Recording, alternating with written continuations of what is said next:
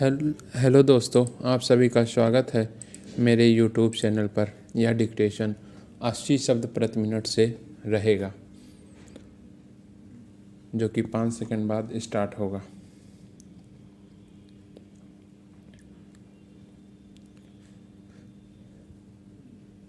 महोदय, मराठी के भालचंद्र या कन्नड़ के शिव प्रकाश भी जब हिंदी के कवियों लेखकों के बीच होते हैं तो किसी अजनबी की तरह नहीं। ये स्थितियां ऐसे अवसर भी जुटा ही रही हैं जहां वैचारिक या भावात्मक आदान प्रदान से पढ़कर भी संभवतः कुछ चीज़ें किसी मात्रा में संभव हो सकेंगी।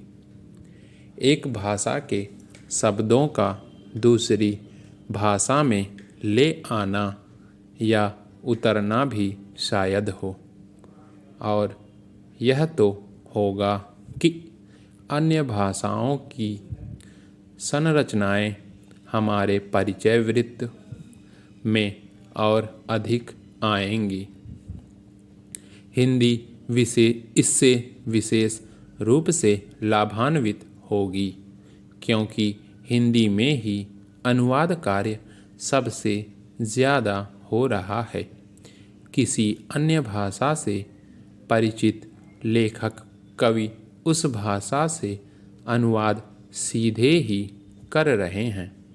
संकेत यही है कि इस सिलसिले में एक नया परिदृश्य बन रहा है और इस परिदृश्य की ओर सजग रहने की ज़रूरत है।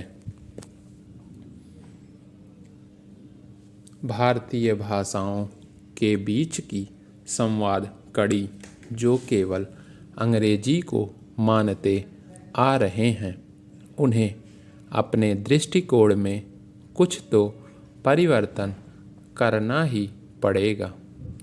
यह सही है कि किसी ऐसे आयोजन में जहां विभिन्न भारतीय भाषा के कवि या लेखक उपस्थित हों, अंग्रेजी अनिवार्य रूप से बैठ जाती है, लेकिन टूटी फूटी ही सही।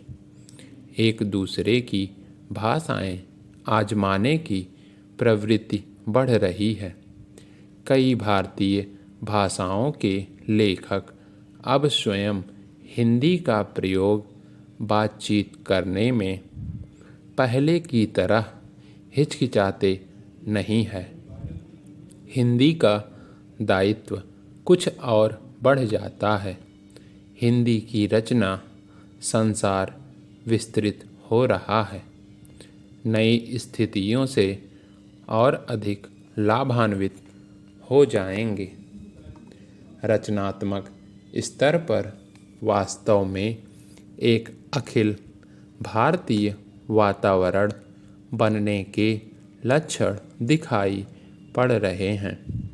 महात्मा जी ने अपने राष्ट्र निर्माण के लिए जो संकल्पनाएं की हैं, उन्हें कार्यान्वित करने का काम हमारा है।